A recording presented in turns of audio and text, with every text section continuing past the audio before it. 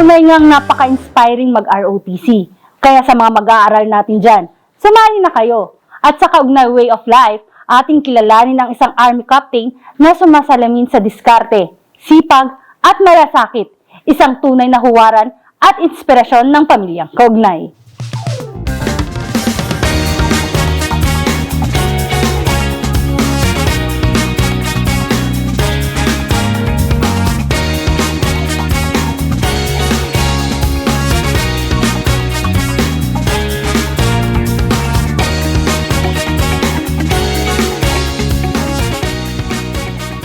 Ngayong hapon, meron tayong isang bisita. Walang iba kundi si Captain Boniven Finiquito. Sir, magandang hapon po. Magandang hapon, Lynn. Sir, sisimulan ko ang aking tanong sa mag-share kayo ng inyong childhood life and childhood memories. Ako si Captain Finiquito, isang simpleng bata noong bata pa ako. Laki sa hirap. But ang pangarap ko noong bata pa ako ay isang maging sundalo. So, at the age of mga siguro 6 or 7, kung maalala ko, ang pangarap ko talaga maging sundalo kasi parang naastigan ako sa mga sundalo, lalo na sa dalawang tito ko. Ang isa kong tito kasi isa Army and yung isa naman is sa Navy. So, yun. And then, eventually, nung high school, nawala. Nakalimutan ko na yon, yung pangarap ko na yon na magsundalo kasi parang ang pangarap ko is maging seaman. And then, hindi pinalad kasi nga dahil sa hirap ng buhay. Hindi kaya ng pamilya namin na makapag-aral ako sa isang school na nagpo-provide ng ganong course. Hindi ko nakuha yung pangarap ko na yon. And nung high school din ako, I was a player ng soccer sa city namin. Ayun, isa din sana yon sa ticket ko na maging isang varsity ng isang prestigious na school sa Negros. But unfortunately, I don't know kung anong naging reason, siguro divine intervention yun. Hindi ako natuloy maging varsity kasi 3 months na lang gagraduate na ako ng high school, bigla akong huminto ng pagpapractice. That time is parang malaking pagsisisi ko sa buhay ko. Yung nakatulong sa magulang ko na mapagaan sana yung responsibilidad nila sa akin kasi malibre na sana yung college tuition ko kung naging varsity ako. Dumaan yung mga ilang taon, nung nandito na ako, na-realize ko na it was really God's plan for me. Bakit hindi ko natuloy yun? Dumaan ako ng ilang mga hirap din, pero eventually, na-realize ko na hindi ako nagkamali. Tama yung naging decision ko that time. Sir, di ba nag-college pa po kayo prior sa entering niyo sa Army? Yeah, nung nag-college ako sa Tanyon College, umabot ako ng 5 years sa college dahil nahinto ako. And then, after nun, nag-working student ako sa school namin. Nabiyayaan ako ng free tuition that time. Sir, bakit kayo naging tunon? Sobrang hirap ng buhay namin na maalala ko pa yon kahit twice. Kumain ka na, ang pamilya is supposedly 3 beses sa isang araw kumakain. Kami kahit 2 beses hirap na hirap kami. Ganon yung ramdam ko noon. Kaya nag-decide ako na huminto, tumulong sa pamilya, maghanap ng trabaho. And then, yung pinaka-ano talaga na experience ko na hindi ko makakalimutan is nagtrabaho ako bilang garbage collector sa city namin. So, nagawa ko yon for ilang beses din. Nung una, experience ko, grabe, parang hiyang-hiya ako ba kasi ROTC officer ako noon, tapos nahinto, then kilalang-kilala nila ako, malataas yung respeto nila sa akin, but na-realize naging lang ako, garbage collector, parang ang baba ng tingin ko sa sarili ko noon. But masaya ako kasi dahil na-experience ko yun, may realization ako. Yung mga kasama ko kasi mga matatanda na, pamilyado na, and na-realize ko na hindi doon, kung maging makontento ako sa bagay na yun, sa trabaho na yun, sumasahod ako, nakakain kami, walang mangyayari sa pamilya ko kung sakali magtayo ako pamilya. Kasi yun nga, what if may mangyaring masama, magkasakit or what, hanggang ang hand to mouth existence lang yung namin, yung trabaho na yun. So, kukuha ka ng sahod, tama-tama lang ipakain mo. So, yun yung naging realization ko na kailangan kong magpursigi, kailangan ko magtapos ng pag-aaral, and kailangan ko talagang magkaroon ng magandang trabaho para sa magiging pamilya ko. Sir, na-mention niyo na naging ROTC officer kayo. Pwede niyo bang ikwento yung journey niyo noon? Diba, sabi ko nga, pangarap ko na maging sundalo. Nung nag-ROTC ako, nakita ko yung mga ROTC officer nung unang araw ng formation namin. Nakita ko, na-realize ko parang nag-ignite ulit yung pangarap ko nung bata pa ako na, ano pala, gusto ko palang maging sundalo nung bata pa ako. Parang ito na ata, kaya hindi ako natuloy na magsiman kasi ito siguro yung parang pangarap para sa akin. So, nagpursigi ako and nung nag-basic ROTC, nakagraduate ako. But pumasa ako sa exam, yung Philippine Army Advanced ROTC Entrance Examination. Na grant sana, however, dahil sa hirap nga ng buhay, binabaan ko yung units ko at hindi na-qualify yung units na kinuha ko. Nung habang nag-aaral, first semester, nararamdaman ko na yung struggle ng family ko. Naramdaman ko na hirap na kami. And nag-decide na nga ako na huminto ako sa pag-aaral. Until nakapag-decide ako kasi bata ako nag-graduate ng high school, hindi pa ako pwede na mag-candidate soldier. So, 17 or 18, nag-decide ako na mag-apply ako ng candidate soldier sana. Nung pumunta ako sa school, nakiusap ako kasi kukunin ko yung transcript ko kahit yun na lang. Sabi ko, bayaran ko na lang yung utang namin sa school kapag nakapagtrabaho na ako. And may blessing na dumating. Biglang nagsabi yung may-ari ng school na, sayang ka, Bon, sabi niya, sayang ka, matalino ka. Yun yung sabi niya sa akin, matalino ka, sayang ka. Gusto kitang makapagtapos ng pag-aaral. Tamang-tama, dumating ka ngayon, kahapon may umalis na working student, bakante ng isa, ibigay ko sa'yo, sabi niya. Hindi ko pa masyadong na-realize yun, pero masaya ako. Sabi ko, ma'am, kung bibigyan ako ng pagkakataon na makapagtapos ng pag-aaral, pipiliin ko yun kaysa magtrabaho ako. Sumunod ng mga araw, pinatawag ako and inorient na ako sa trabaho. So kami yung nagtatrabaho sa school and eventually nakagraduate din ako. So ng 2011. Sir, anong course mo?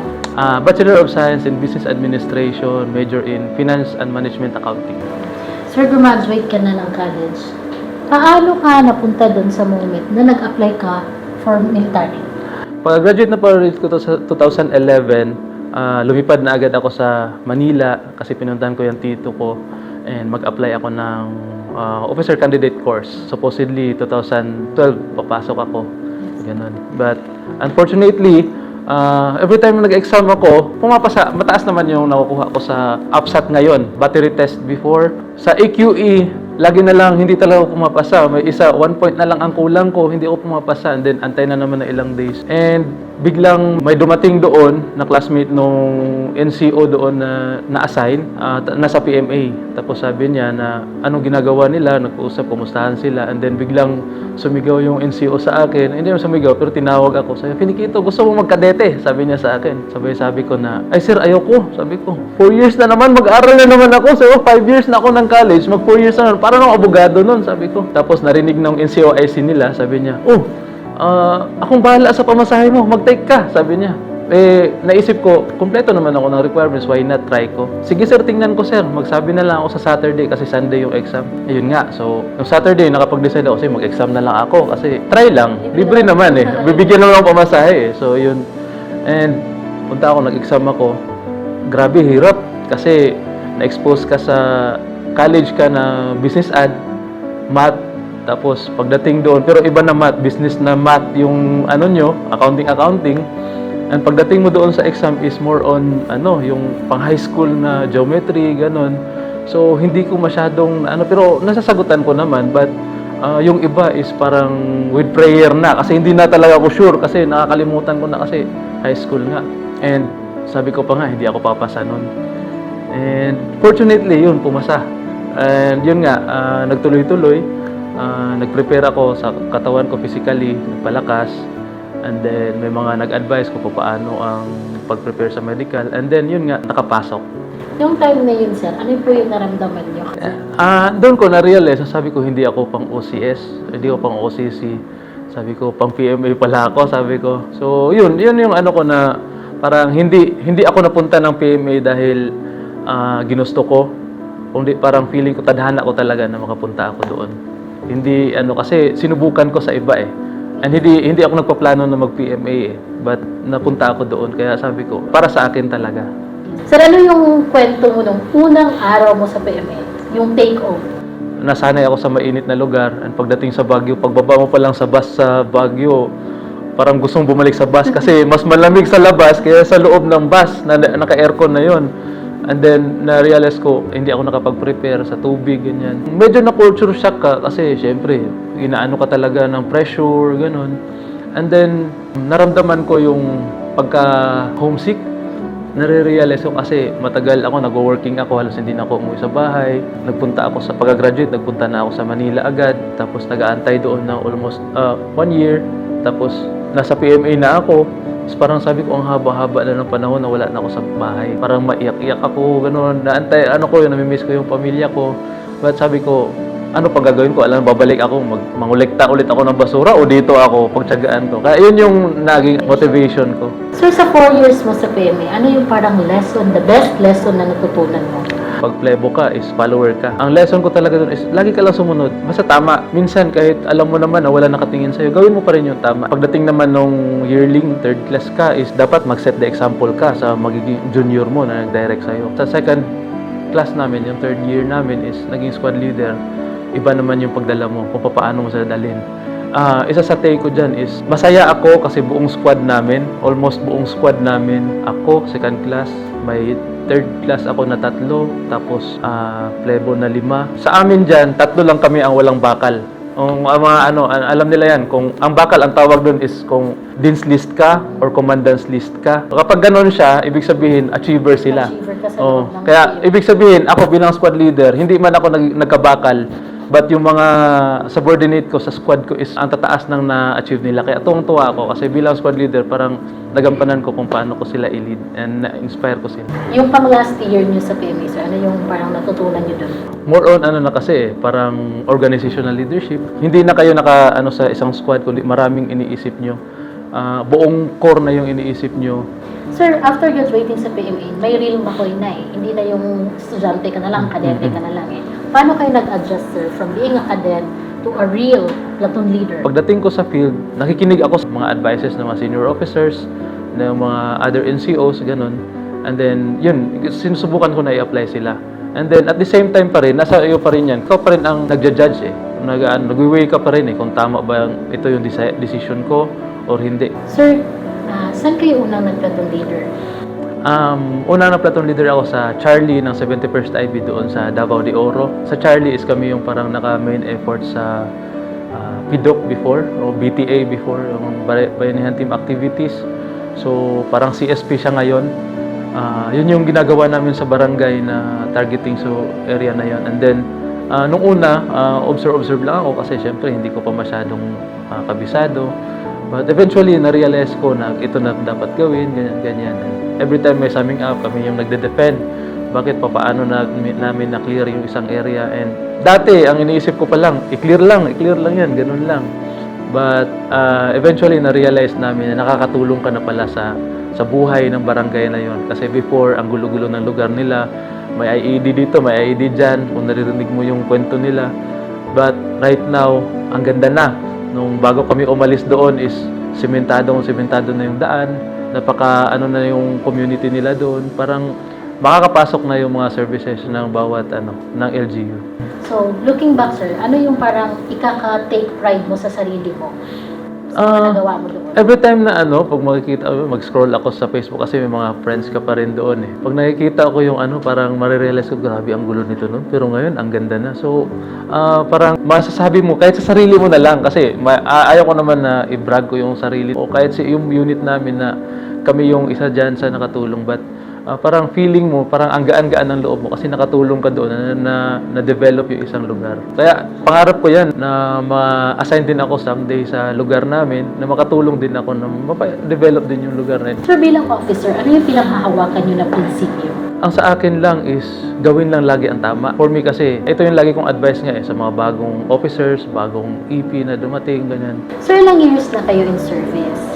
9 years? Sa 9 years na yun, sir, ano yung parang isa sa lesson na na-learn mo? Ang sa akin naman is, dahil sa marami tayong na-meet na mga tao, I always take time na ma-realize na may matutunan ako sa tao na yon, nakakausap ko, nakahalubilo ko, dapat may natutunan ako sa kanya. Whether senior officer man yan, whether private man yan, whether civilian yan, dapat may natutunan. Yun yung lagi kong iniisip. Sir, para sa inyo, ano yung effective leadership? Dapat matuto kang makinig, and then dapat kung ano yung i-assign na mission sa'yo, magampanan nyo na walang nagrereklamong tropa at naintindihan nila kung ano yung role nyo. Sir, ano pa yung mga dreams mo para sa career mo dito sa Philippine Army? Sana maging peaceful na ang bansa natin. Wala ka nang maririnig na mga encounter ng army at sa mga rebelde, matapos na. And sana wala nang buhay na na malagas dahil lang dyan. Sir, para sa inyo, ano yung dapat na meron na pag-uugali ng isang army? Dapat ang isang army is maintindihin, mapagmahal sa kapwa, and dapat laging maaasahan. Sir, advice sa mga nais sumubok na maging officer, maging enlisted personnel. Huwag silang huminto na mangarap and gawin nila ang lahat. Ibigay nila ang lahat. Kung para sa kanila talaga. Kung hindi naman, huwag silang mawalan ng pag-asa. Meron pang ibang bagay, ibang nakatakda para sa kanila. Sir, meron po kayong hidden talent. Kumanta? Sir, sa haba-haba ng journey nyo, kasi di ba, nag-college pa kayo kasi yung tumulong sa inyo, gusto niya na makapagtapos kayo.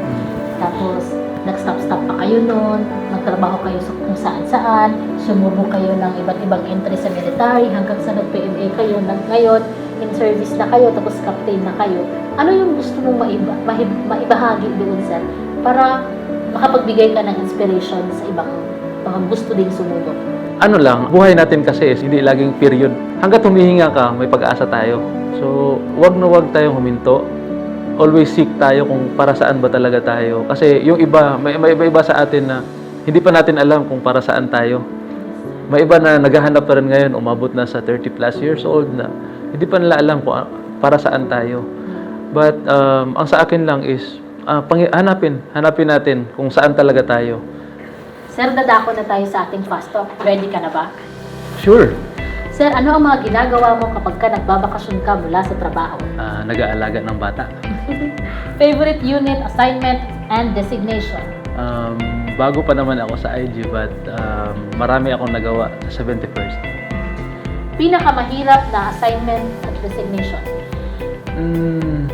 Halos lahat mahirap, challenging, but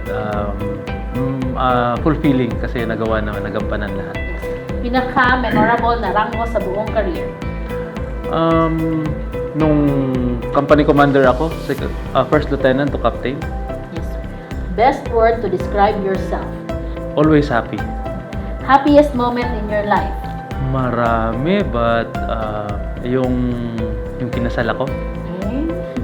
Lugar na balak mong pasyalan kasama ang iyong asawa at mga anak? Buong Pilipinas, ikutin namin. Favorite physical activities? Right now, running era. Magbakasyon o magtrabaho? Both Tumakbo o matulog? tumakbo. Weekend o duty? Weekend, Battalion duty or division duty? both. Sir, mensahe mo para sa pamilyang kaugnay? Sa pamilyang kaugnay, tuloy-tuloy lang tayo, and I'm so happy na nabilong ako sa 7ID. Sir, mensahe para sa iyong mga anak? Sa aking anak, nandito lang kami ng mami mo, nandito kami laging umaalalay sa'yo, at sa magiging ading mo, nandito din kami alagaan namin. Mensahe para sa iyong asawa? Mami, marami man tayong mga challenges na kinakaharap, but nandito lang tayo sa bawat isa, and we always have God in our center of our marriage. Nandyan siya lagi, and then wag lang tayong bibitiw. Mensahe para sa iyong sarili, sir? Bon, malayo na pero malayo pa, and always look back kung ano yung mga pinagdaanan mo, and pahalagahan mo yon, and lagi nating laging gawing inspirasyon ang mga bagay na yon sa pag-move forward. Ako si Captain Finiquito, ang laging masayahin na officer ng 7ID, especially sa Office of Division Inspector General. And sabi nila tahimik pero madaldal actually. At ito ang aking kaugnay way of life.